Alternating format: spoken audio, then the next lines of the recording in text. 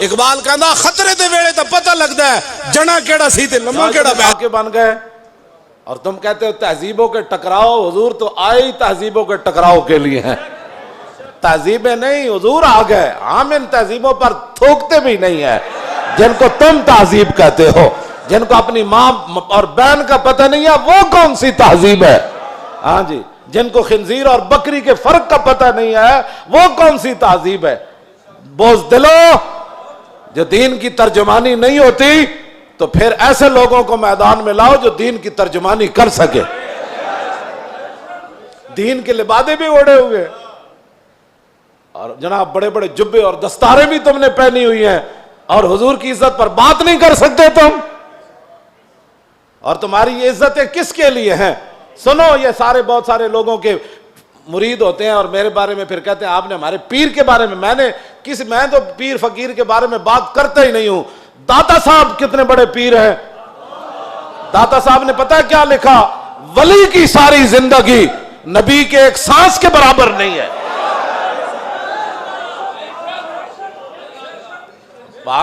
صرف نبی کے امام الانبیاء کے تو خلق سے اولیاء۔ یہ داتا صاحب کشف المحجوب وچ لکھی گل، ہن گل کرو تسی۔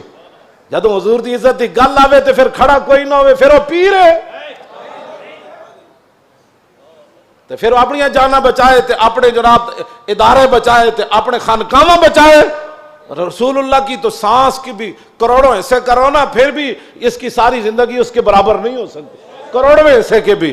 یہ تو داتا صاحب نے صرف انبیاء کی بات لکھی ہے، رہ گئی حضور کی بات تو خلق سے اولیاء اور فاق النبیین فی خلق وفی خلق ولم یدانو فی علم ولا کرم وکلہم من رسول اللہ ملتمس غرفا من البحر اور رشفا من الدیم وواقفون لدے عند حد من نقطۃ العلم او من شکلۃ الحکم۔ ایدہ تو میں ترجمہ نہیں کر سکتا انبیاء دی عظمت دی وجہ۔ امام بوصیری گل کتھے جا کے کی تھی کہ حضور دی شان کتھے جا کے ہے۔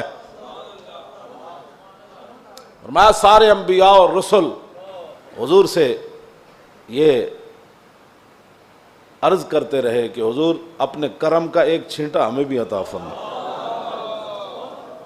وَكُلُّهُم مِّن رَّسُولِ اللَّهِ مُلْتَمِسٌ غَرْفًا مِّنَ الْبَحْرِ اور رَشْفًا مِّنَ الدِّيَمِ، یا اپنے سمندر سے ہمیں ایک چلو عطا فرما دو۔ اے لفظ اے شیر ہوندا نا دائیں بائیں تے حضور نے تو سنیا سی بوسیری نو چادر دیتی، جے دے وچ کوئی گل ہوندی تے حضور نے فرمانا سی بوسیری اے شیر کٹ دے۔ تمہیں مقام رسول کا پتہ ہی نہیں ہے، باتیں لوگوں کو اگر مگر کی کرتے ہو۔ اگر مگر سے ناموس رسالت پر پیرا تھوڑا ہونا ہے، اگر مگر سے پیرا نہیں ہونا، پیرا رسول اللہ کی عزت کا ایسے ہی ہونا ہے جیسے صدیق اکبر نے پیرا دیا، جیسے فاروق اعظم نے پیرا دیا۔ باقی رہ گیا حضور کا جلال، تو وہ میں آپ کو پڑھ کے سنا دیتا ہوں کہ حضور کا جلال کیا تھا۔ مولا علی راوی ہیں اس کے۔ اب مولا علی کیا کہتے ہیں، غزوہ خندق کے موقع پر جب رسول اللہ پہرا دے رہے تھے ہمارے ساتھ کھڑے ہو کر، 25,000 کا لشکر خندق کے کنارے کھڑا ہے، اور وہ یہ چاہتے ہیں کہ عمر بن عبد ود کی طرح ہم اپنے گھوڑے دوڑا کر خندق کو عبور کریں اور مدینہ پاک پر حملہ آور ہو جائیں، حضور پر حملہ آور۔ حضور خود پھر تلوار پکڑ کے کھڑے ہو گئے، اور جب رسول اللہ بھی کھڑے تھے وہاں تو سورج غروب ہو گیا۔ حضور کی ظہر کی نماز بھی قضا ہو گئی۔ جب عصر کی نماز قضا ہو گئی تو محبوب، یہ بھی حضور کی رحمت للعالمین بھی ہے، یہ بھی خلق عظیم ہے۔ تم نے کون سا خلق عظیم کی مثالیں دیتے ہو؟ مائی کوڑا پھینکتی تھی، اور تم یہ باتیں لوگوں کو سکھاتے ہو فلاں کو معاف کر دیا، وہ حضور کا اپنا حق تھا معاف کیا۔ امتی کو حق نہیں بنتا کہ وہ حضور کی طرف سے خود منصف بن کے لوگوں کو معاف کرتا رہے۔ یہ قیامت کو فیصلے ہوں گے کہ رسول اللہ نے کس کو معاف کیا اور کس کو معاف نہیں فرمایا۔ ہم کون ہوتے ہیں حضور کے حق معاف کرنے والے؟ اب جب سورج غروب ہو گیا تو ذرا سنیں حضور کا دعائے جلال کیا تھی۔ یہ میں اس لیے سامنے پڑھ رہا ہوں تاکہ لوگوں کو پتہ چلے کہ بھائی جو ہم باتیں کرتے ہیں نا، وہ غیرت والی باتیں لوگوں کو ہضم کیوں نہیں ہوتی۔ وہ چاہتے ہیں کہ فرانس حضور کے خاکے بھی بنائے اور ہم مذمت کر کے فارغ ہو جائیں، اور ان کے اندر اتنی غیرت ہو کہ ان کے صدر کے خلاف بات ہو تو وہ اپنا سفیر واپس بلا لے. عالم تسا کی حضور دا کلمہ پڑھیا اور 55 ملک ہو یا 56 ملک ہو ایدا ایک جواب دو. تسا رسول اللہ دا کی کلمہ پڑھیا؟ صرف انہیں اتنی گل کی تھی صدر دا دماغ خراب ہے، یہ صدر دا دماغ خراب ہے. اردگان اے گل کی تھی، انہوں نے غیرت آئی، انہوں نے اپنا سفیر بلا لیا. تے رسول اللہ تے گھر دے بھی انہوں نے خاکے بنائے. تساں کی غیرت کی تھی؟ اور جڑے غیرت دا سی سبق دیندے ہاں تسی فرانس دے خلاف ساڑھے مسیطہ تے حملے کرنے ہو، ساڑھے علماء دے تسی جلوس بند کیتے، نہیں جی اجازت نہیں ہے، حالات نہیں ٹھیک. اور کیڑے حالات اسی بنائے؟ تساں بنائے حالات خراب.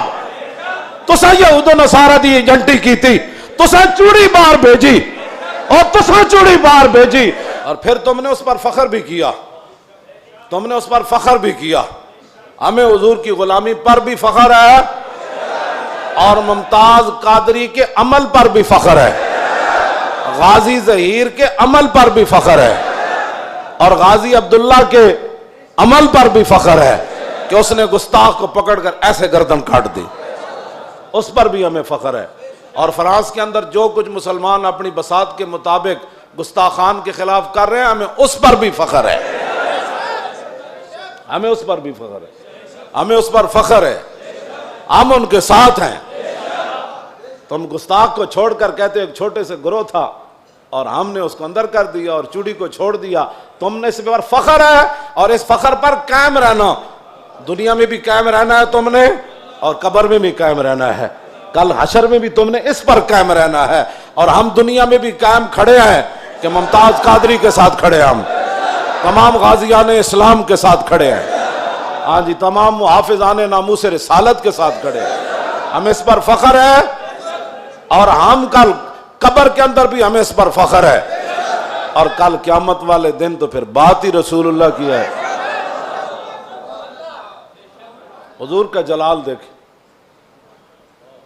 حضور کا جلال دیکھیں. حضور نے کیا فرمایا جب سورج غروب ہو گیا تو عن علی، مولا علی کہتے ہیں ان رسول اللہ صلی اللہ علیہ وسلم قال یوم الخندق ملا اللہ بیوتہم وقبورہم نارا کما شغلونی عن الصلاۃ الوسطی حتی غابت الشمس. مولا علی فرماتے ہیں جب سورج بالکل قریب جا پہنچا اور غروب ہونے کے جب قریب ہوا تو حضور نے اس وقت کیا فرمایا؟ یا اللہ انہوں نے ہمیں عصر کی نماز نہیں پڑھنے دی، اب ان کا کیا علاج ہے؟ یا اللہ ان کے گھر بھی ان کی قبریں بھی آگ سے بھر دے. یہ بھی تو بتاؤ نا خلق عظیم، یہ بھی لوگوں کو بتاؤ. کہتے حضور نے یہ جملہ فرمایا ادھر سورج غروب ہو گئے، تو یہ بھی بتاؤ کہ رسول اللہ نے کیا بات فرمائی پھر اس موقع پر. یہ تم نے حدیثیں سنائی ہوتی نا تو کسی کافر کی جرت نہیں تھی کہ وہ حضور کے بارے میں بات کرتا.